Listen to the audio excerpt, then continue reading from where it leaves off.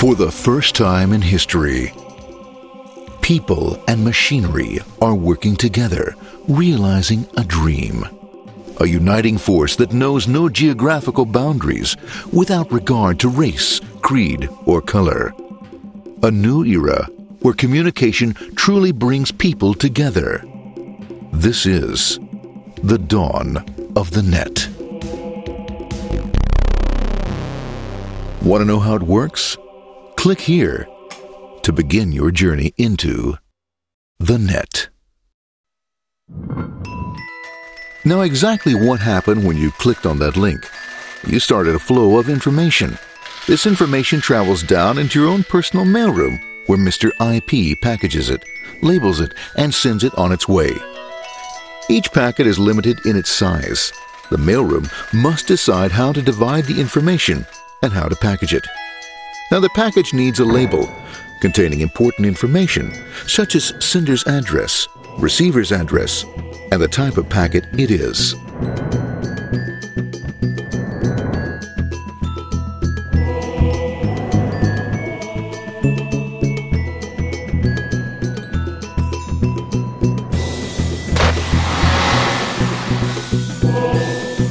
Because this particular packet is going out onto the internet, it also gets an address for the proxy server, which has a special function, as we'll see later. The packet is now launched onto your local area network, or LAN. This network is used to connect all the local computers, routers, printers, etc. for information exchange within the physical walls of the building. The LAN is a pretty uncontrolled place, and unfortunately, accidents can happen.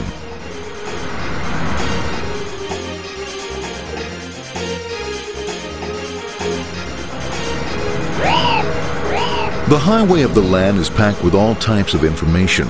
These are IP packets, Novell packets, Apple Talk packets. They're going against traffic, as usual. The local router reads the address and, if necessary, lifts the packet onto another network. The router, a symbol of control in a seemingly disorganized world. Whoops, sorry about that. Let's go with this one here, this one here. This one's here, this one goes here. I don't like this one. Let's go with this one. Let's go here. A little bit left. Let's go with this one here. Another channel here. Let's put that one here. Let's put that one here. There he is, systematic, uncaring, methodical, conservative, and sometimes not quite up to speed. Sorry. But at least he is exact, for the most part. That one was there, that one was there, that one was there, and this one was there. Well, another one that was there, that was there. He's behind him, he was there, that was there, he was there, one was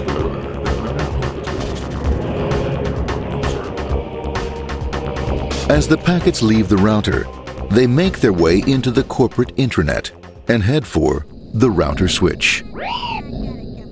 A bit more efficient than the router switch plays fast and loose with IP packets, deftly routing them along their way. A digital pinball wizard, if you will. Here we go. Here comes another one. And it's another. Watch this, Mom. Here goes. Whoop, we're on the back. Hey, in there, in there, in there. Over the left, over the right, over the left, over the right. You got it. Here it comes. Right on. He shoots. He scores. It's going. Hey, wait. Here, watch out. Here comes another one. Oh, here we go. And it's gone. As packets arrive at their destination, they're picked up by the network interface, ready to be sent to the next level. In this case, the proxy.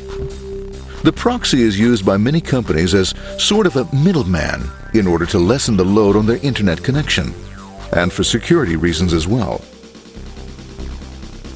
As you can see, the packets are all of various sizes, depending upon their content.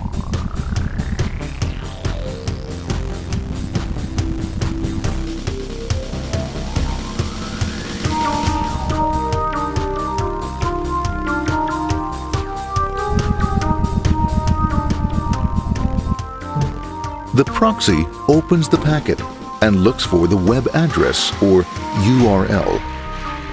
Depending upon whether the address is acceptable, the packet is sent onto the internet.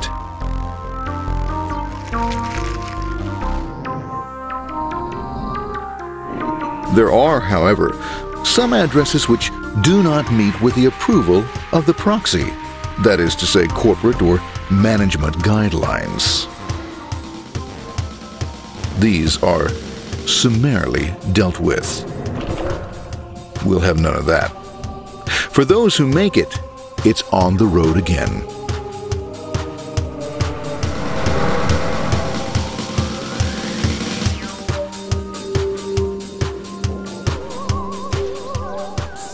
Next up, the firewall. The corporate firewall serves two purposes. It prevents some rather nasty things from the internet from coming into the intranet, and it can also prevent sensitive corporate information from being sent out onto the internet. Once through the firewall, a router picks up the packet and places it onto a much narrower road, or bandwidth, as we say. Obviously, the road is not broad enough to take them all. Now you might wonder what happens to all those packets which don't make it along the way. Well, when Mr. IP doesn't receive an acknowledgement that a packet has been received in due time, he simply sends a replacement packet. We are now ready to enter the world of the Internet. A spider web of interconnected networks which span our entire globe. Here, routers and switches establish links between networks. Now, the net is an entirely different environment than you'll find within the protected walls of your LAN. Out here, it's the Wild West. Plenty of space, plenty of opportunities, plenty of things to explore and places to go. Thanks to very little control and regulation, new ideas find fertile soil to push the envelope of their possibilities. But because of this freedom, certain dangers also lurk. You'll never know when you'll meet the dreaded ping of death. A special version of a normal request ping, which some idiot thought up to mess up unsuspecting hosts. The paths our packets take may be via satellite, telephone lines, wireless, or even transoceanic cable. They don't always take the fastest or shortest routes possible, but they will get there. Eventually. Maybe that's why it's sometimes called the worldwide wait. But when everything is working smoothly, you can circumvent the globe 5 times over at the drop of a hat. Literally. And all for the cost of a local call or less. Near the end of our destination, we'll find another firewall. Depending upon your perspective as a data packet, the firewall could be a bastion of security or a dreaded adversary. It all depends on which side you're on and what your intentions are. The firewall is designed to let in only those packets that meet its criteria. This firewall is operating on ports 80 and 25. All attempts to enter through other ports are closed for business.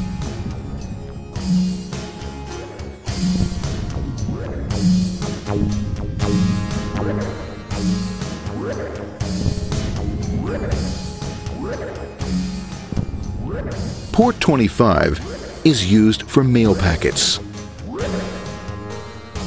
while Port 80 is the entrance for packets from the Internet to the web server. Inside the firewall, packets are screened more thoroughly. Some packets make it easily through customs, while others look just a bit dubious. Now, the firewall officer is not easily fooled, such as when this ping of death packet tries to disguise itself as a normal ping packet. It's okay, go on, it's okay, no problem. Have a nice day, be out of here, bye. For those packets lucky enough to make it this far, the journey is almost over. It's just a line up on the interface to be taken up into the web server.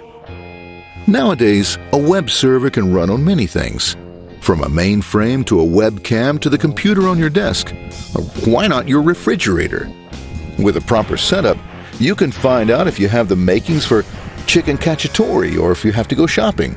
Remember, this is the dawn of the net. Almost anything's possible. One by one, the packets are received, opened, and unpacked. The information they contain, that is, your request for information, is sent on to the web server application.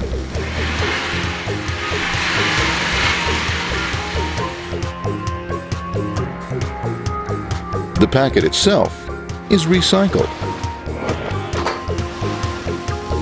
ready to be used again, and filled with your requested information.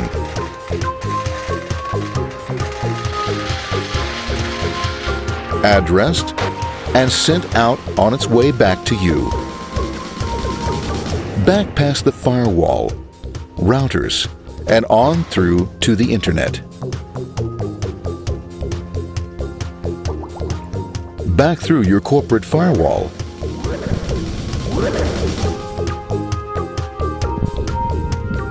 And onto your interface. Ready to supply your web browser with the information you requested. That is, this film.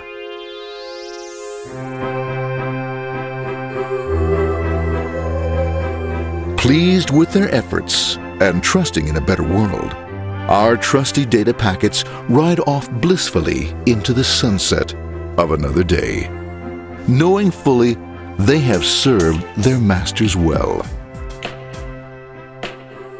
Now, isn't that a happy ending?